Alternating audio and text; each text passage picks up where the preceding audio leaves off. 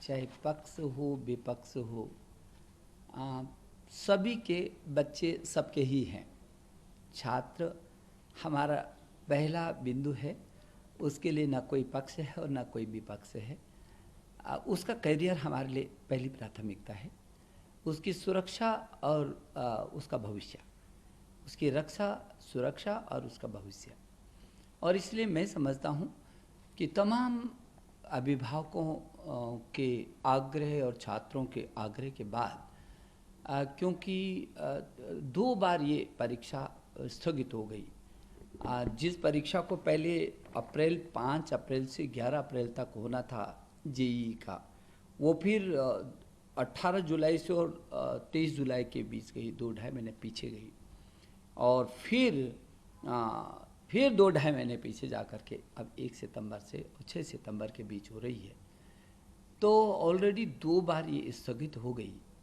ऐसे ही नीट की भी परीक्षा जो 3 मई को होनी थी, तो जब परिस्थितियाँ ऐसी थी तो फिर हमने 3 मई से पीछे किया और 26 जुलाई को किया।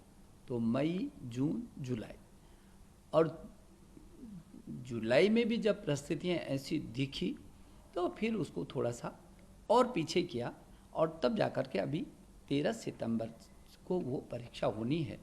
मुझे ये अच्छा लगा कि देश के तमाम अभिभावकों ने और छात्रों ने उनके मेल, उनके सूचनाएं ट्विटर पर, मेरे फेसबुक पर, मेरे मंत्रालय के उसमें जो हमारा एनटीए है उसको लगातार अभिभावकों का ये दबाव रहा कि छात्र कब तक पढ़ता रहेगा और इसका भविष्य खराब नहीं होना चाहिए, 1 वर्ष बर्बाद नहीं होना चाहिए।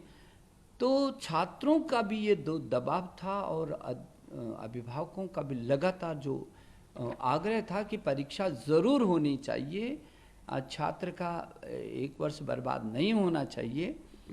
तो ये हमारे लिए काफ़ी उत्साहजनक रहा और हमको लगा कि अब ये परिस्थितियाँ हैं। और इस बीच कुछ लोग ज़रूर करके सुप्रीम कोर्ट में गए, और मुझे ये भी अच्छा लगा कि सुप्रीम कोर्ट ने जिस तरीके से इस सारे प्रकरण को सुना, जिसमें कई प्रकार के तर्क लोगों ने दिए और कहा कि साहब ये नहीं होना चाहिए, तो सुप्रीम कोर्ट ने जो रिट याचिका थी उसको खारिज करते हुए बोला कि हम पाते हैं कि नीट यूजी 2020 के साथ साथ जेईई मेन अप्रैल 2020 परीक्षा से संबंधित प्रश्न में परीक्षा को स्थगित करने के लिए की गई प्रार्थना में कोई औचित्य नहीं है।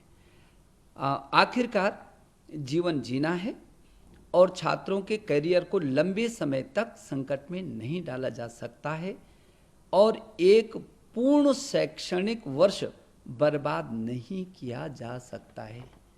ये सुप्रीम कोर्ट ने ये निर्णय दिया, ये निर्देश दिया, और इसलिए छात्रों की, अभिभावकों की और सुप्रीम कोर्ट की, इन तीनों की मंशा को देखते हुए जो हमारे एनटीए है, जो इसकी परीक्षा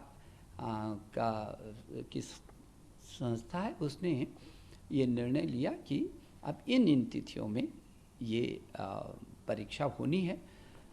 मुझे इस बात की खुशी है कि जो एनटीए ने मुझे बताया, डीजी ने बताया मुझे, जब मैंने जानकारी ली कि कुल जेईई में 8,58,000 इसमें कुल अभ्यर्थी थे, और जब इन्होंने इसको पीछे के दिनों में ये तिथि घोषित करके ये कहा कि आप डाउनलोड कर सकते हैं अपना कार्ड, तो 7,50,000 के करीब छात्रों ने डाउनलोड कर दिया। इधर नीट में 24 घंटे के अंदर जो कुल 15,97,000 अभ्यर्थी हैं, और 24 घंटे के अंदर 10 लाख से भी अधिक छात्रों ने डाउनलोड कर दिया। तो मुझे ये जो मेरे को मेल आती थी, एनटीए को मेल आती थी, जो अभिभावकों का और छात्रों का दबाव था कि नहीं होनी चाहिए, ये उसका प्रमाण है कि छात्र हर हालत में चाहता है कि परीक्षा हो। और मुझे लगता है कि छात्र को, क्योंकि हमारे लिए छात्र बहुत महत्वपूर्ण है। पहली बार ऐसा हुआ जब 5 बार केंद्र चेंज हुए, जब उसको लगा कि नहीं ये केंद्र नहीं साहब, हम मुझे ये दे दीजिए, उसको चेंज किया, एक बार, दोबारा, तीबारा और चौथी बार। और अभी भी जिन छात्रों का लगभग 400-450 छात्रों का जो निवेदन आया कि वर्तमान में फिर ये परिस्थितियाँ मेरे ये निकट पड़ जाएगा ये केंद्र, तो एनटी की डीजी ने उसको भी आश्वस्त किया और कहा कि अच्छा है, हम जितनी सुविधाएं अपने छात्रों को दे सकते हैं हम उन छात्रों को सुविधाएं देंगे। केंद्र भी मैं एनटीए को धन्यवाद देना चाहता हूं कि क्योंकि बहुत बड़ी व्यवस्था होती है, और उन्होंने जो पीछे के समय में जो परीक्षा के केंद्र थे जो जेई के थे वो केवल 570 थे, इस समय बढ़ा करके उनको 660 कर दिया। ऐसे ही ये जो नीट के पहले 2546 केंद्र होते थे उनको बढ़ा करके 3842 केंद्र कर दिया, ताकि ये जो छात्र है इसको ज़्यादा दूरी पर न रहना पड़े, और इसके लिए बहुत व्यापक सुविधाएं दी हैं।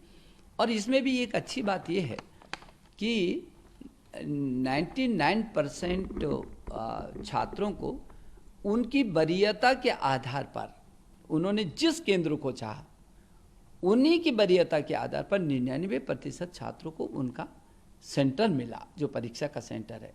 इसलिए छात्र बहुत खुश है, और मुझे ऐसा लगता है कि इस छात्र के लिए जो इसकी सुरक्षा है, इसलिए हमने गृह मंत्रालय ने हमको पहले ही अनुमति दी, और जब सुप्रीम कोर्ट का ये हम निर्देश आया तो उसके बाद बहुत तेज़ी से हमने स्वास्थ्य मंत्रालय और हमारा शिक्षा मंत्रालय ने मिल करके जो एनटीए ने गाइडलाइन तैयार की, मैं छात्रों को कहना चाहता हूँ और अभिभावकों से भी कहना चाहता हूँ कि किसी भी राज्य का मुख्य सचिव, शिक्षा सचिव और स्वास्थ्य सचिव और गृह सचिव से लगातार एनटीए की डीजी पत्राचार भी कर रहे हैं, संवाद भी कर रहे हैं, बातचीत भी कर रहे हैं।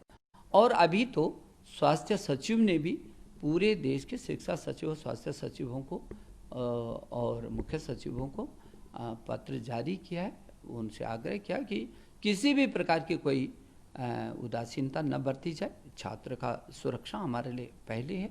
और हमारे शिक्षा सचिव ने भी सभी से लगातार संवाद भी कर रहे हैं, और उन प्रदेशों के मुख्य सचिव, सभी प्रदेशों के मुख्य सचिव, शिक्षा सचिव और स्वास्थ्य सचिवों के साथ निरंतर ये संवाद बना हुआ है।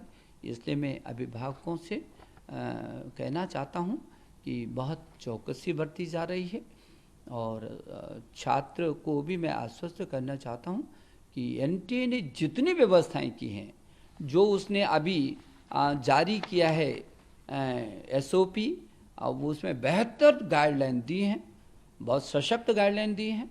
बाकायदा आप निश्चिंत हो करके और उस परीक्षा को आप दीजिए। मुझे भरोसा है कि आपका एक वर्ष खराब नहीं जाएगा, और सुप्रीम कोर्ट ने कहा है कि ये बर्बाद नहीं किया जा सकता है वर्ष, क्योंकि अब तो स्थिति ऐसी है कि यदि एक बार भी स्थगित होगा तो 2.5-3 महीना पीछे फिर मूल्यांकन होगा, फिर प्रवेश होगा, का मतलब एक वर्ष बर्बाद हो जाएगा। किसी भी छात्र का एक वर्ष खराब होना ये वैसे भी उसके करियर के लिए ठीक नहीं है। और मुझे इस बात की खुशी है कि जिस तरीके से ये डाउनलोड जो 24 घंटे में 10 लाख छात्रों ने अपने कार्ड को डाउनलोड किया है, और मुझे लगता है लगभग 100% छात्र इसमें आएंगे। पहले भी जिस तरीके से होता था उससे भी ज़्यादा उत्साहजनक ये रह रहा है।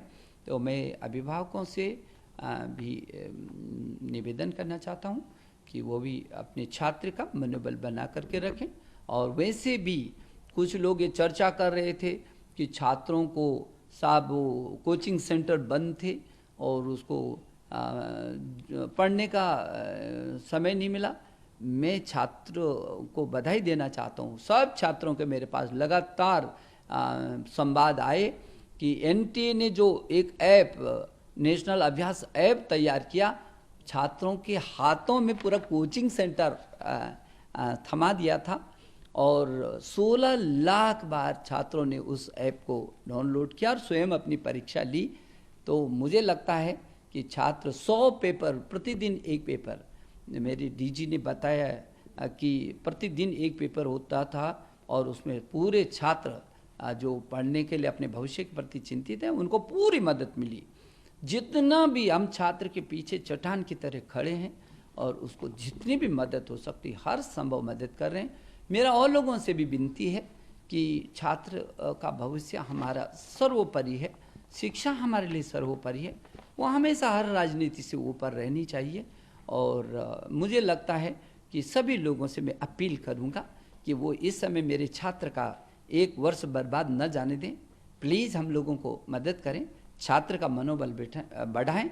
और जो सभी राज्यों के मुख्य सचिवों से भी मेरा अनुरोध है, जो शिक्षा सचिवों से भी या स्वास्थ्य सचिवों से, कि आपका हमेशा ये सहयोग मिलता है और इस समय थोड़ा सा अतिरिक्त सहयोग चाहिए, क्योंकि कोविड के कारण जो थोड़ा सा भी कठिनाई है वो भी ना आए, दूराइयाँ बनी रहें, समय पर भीड़ ना लगे और व्यवस्था की है, जो गाइडलाइन दी हैं वो व्यापक गाइडलाइन दी हैं। तो सभी से मैं अपील कर रहा हूँ कि ये मेरे देश का भविष्य है, मेरे छात्र। ये सामान्य परीक्षा नहीं है, ये वो परीक्षा है जब मेरे प्रखर छात्र अपने भविष्य को तलाशते हैं, तराशने के लिए इस परीक्षा से होकर के गुजरते हैं।